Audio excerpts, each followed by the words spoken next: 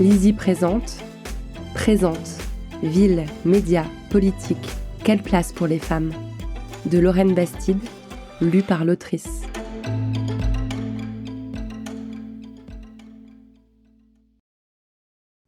Vous pouvez télécharger en complément la bibliographie contenant les sources de cet ouvrage au format PDF. Avant-propos. J'ai voulu écrire un livre engagé et radical. J'ai voulu aussi écrire un livre accessible et convaincant. Le résultat est entre vos mains, forcément imparfait. J'ai mis, pour celles et ceux qui s'intéressent de près à la thématique que j'explore, un maximum de chiffres et de sources et des dizaines de références dans la bibliographie à télécharger au format PDF. Dans un geste très prévisible venant d'une femme, je vous prie de m'excuser pour les situations, les théories, les études et les projets que j'aurais oubliés ou pour ceux que je n'ai pas pu mentionner par manque de place. Ces pages contiennent néanmoins, ça c'est certain, tout le bouillonnement propre à un tournant dans l'histoire des droits des femmes et des minorités raciales et sexuelles. Ce livre est un travail collaboratif.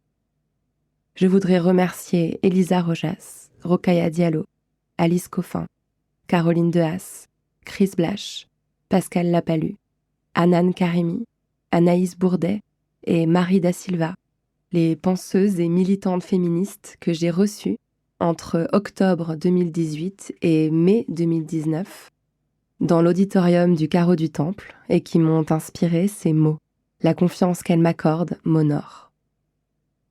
Une partie des droits d'autrice perçus pour cet ouvrage a été reversée aux associations et aux collectifs auprès desquels elles combattent.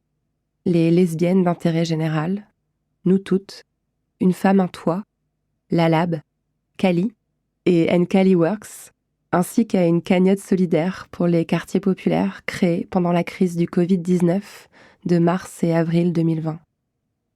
Je remercie tout particulièrement le Carreau du Temple et sa directrice Sandrina Martins de m'avoir permis d'organiser ces conférences et de les adapter sous forme de livres.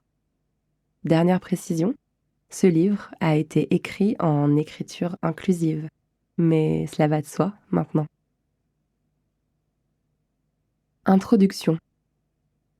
Pour que les femmes soient respectées, crues, valorisées, il faut avant tout œuvrer à ce qu'elles soient vues et entendues.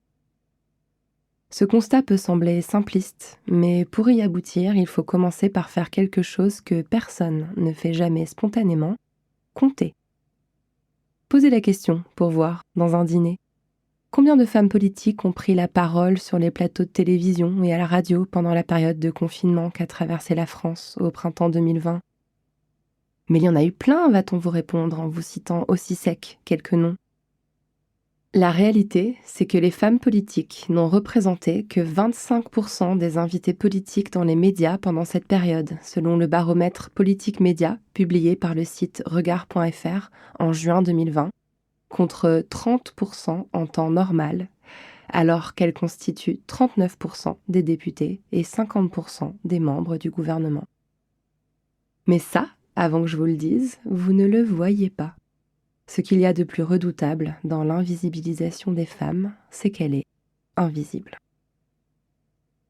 Pendant des années, je me suis bercée de l'illusion que les médias étaient un reflet fidèle de la société. J'étais convaincue que lorsque j'ouvrais un quotidien, allumais mon poste de radio ou me baladais sur un site d'info, j'avais à peu près autant de chances de tomber sur la parole d'une femme que sur celle d'un homme. La réalité, c'est que les femmes ne représentent sur une journée de prise de parole médiatique que 24% du temps occupé, selon les chiffres du Global Media Monitoring Project. Ce chiffre m'a sauté aux yeux un beau matin, il y a 5 ans, et je suis tombée de ma chaise.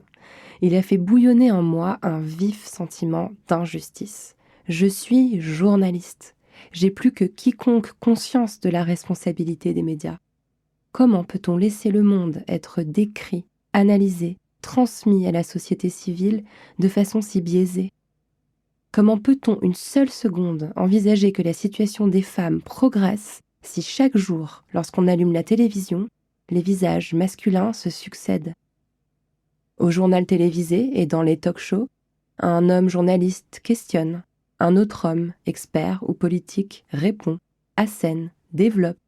Un homme encore amuse et lance des vannes.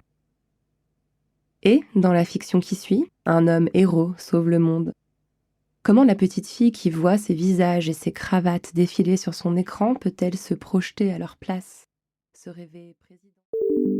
Nous espérons que vous avez apprécié cet aperçu. Pour continuer à écouter ce livre audio sur Google Play Livres, utilisez le lien dans la description de la vidéo.